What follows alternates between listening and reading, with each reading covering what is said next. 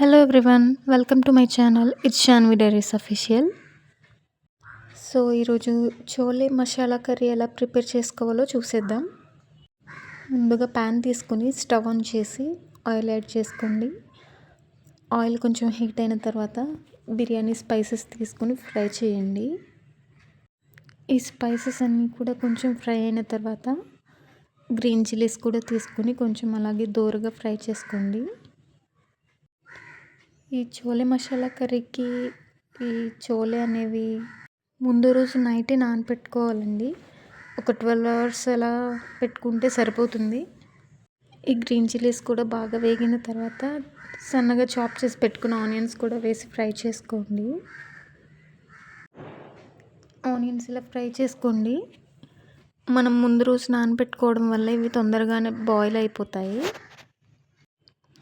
Time saving recipe అని చెప్పొచ్చు. ఒకసారి ఆనియన్స్ అన్నీ కూడా బాగా కలుపుకోండి. ఆయిల్ కూడా యాడ్ చేసుకోవాలంటే మీ ఇష్టం, యాడ్ చేసుకోవచ్చు.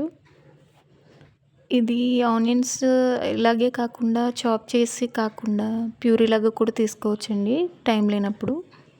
నేనైతే ఇలా చాప్ చేసి తీసుకున్నాను. నెక్స్ట్ దీనిలోకి అల్లం వెల్లుల్లి పేస్ట్ యాడ్ చేసుకోండి. మంచి ఫ్లేవర్ వస్తుంది కర్రీకి. బిర్యానీ స్పైసెస్ అలాగే ఈ అల్లం వెల్లుల్లి పేస్ట్ వల్ల మంచి ఫ్లేవర్ అనేది వస్తుంది కర్రీకి. టేస్ట్ కూడా చాలా బాగా వస్తుంది.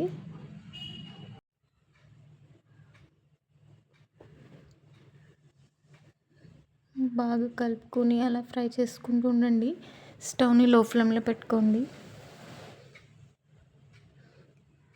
ఆనియన్స్ అన్ని ఫ్రై అయిన తర్వాత టమాటోస్ కూడా యాడ్ చేసుకోండి. టమాటోస్ కూడా ప్యూరీలాగా తీసుకోవచ్చు. మీకు నచ్చకపోతే ఇలా చాప్ చేసి కూడా తీసుకోవచ్చు. ఒకసారి బాగా కలుపుకొని మూత పెట్టేసుకోండి.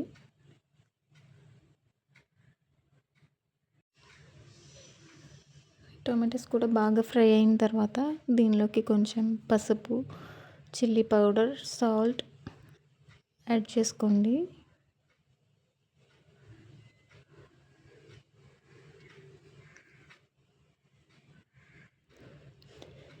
స్పైస్ టాలరెన్స్ ఎక్కువ ఉంటే ఇంకా ఎక్కువ చిల్లీ పౌడర్ యాడ్ చేసుకోవచ్చు. అలాగే ఇవన్నీ యాడ్ చేసిన తర్వాత బాగా కలుపుకోండి. దీనిలోకి నేను చోలే మసాలా తీసుకుంటున్నాను. మీ టేస్ట్కి తగినంత యాడ్ చేసుకుని బాగా కలుపుకోండి.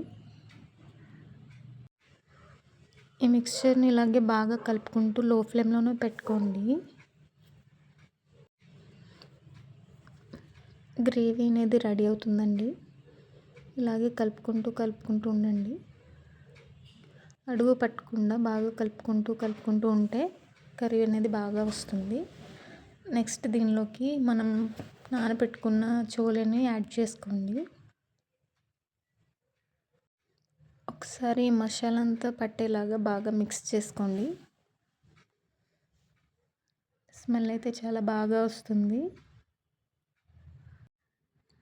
నెక్స్ట్ దీనిలోకి కొంచెం కొత్తిమీర యాడ్ చేసుకోండి. టేస్ట్ అయితే చాలా బాగా వస్తుంది. కర్రీ అనేది చపాతీలోకి, పూరీలోకి అలాగే హాట్ రైస్లోకి కూడా చాలా బాగుంటుందండి. వేడివేడిగా తింటే చాలా బాగుంటుంది, టేస్టీగా ఉంటుంది. నెక్స్ట్ దీనిలో కొంచెం వాటర్ యాడ్ చేసుకొని మూత పెట్టేసుకోండి. ఒక 10 మినిట్స్ ఇలాగే హై ఫ్లేమ్లో పెట్టి బాయిల్ చేస్తే మనకి రెసిపీ అనేది రెడీ అయిపోతుందండి. చూడండి, వాటర్ కంటెంట్ అనేది తగ్గిపోయి ఆయిల్ అనేది పైకి వస్తుంది. సో ఆల్మోస్ట్ మన కర్రీ అయితే రెడీ అయిపోతున్నట్టే. ఒకసారి బాగా కలుపుకోండి. ఫస్ట్ టైం ఎవరైనా నా ఛానల్ చూస్తున్నట్లయితే సబ్స్క్రైబ్ చేసుకోండి. అలాగే లైక్ చేసి షేర్ చేయండి. కర్రీ అనేది రెడీ అయిపోయిందండి. ఒక బౌల్లోకి తీసుకుందాం. ఇంతే అండి. చాలా సింపుల్గా ఇంట్లోనే చోలే మసాలా కర్రీ అనేది ఈజీగా ప్రిపేర్ చేసుకోవచ్చు. నచ్చితే లైక్ చేసి షేర్ చేయండి. Thanks for watching.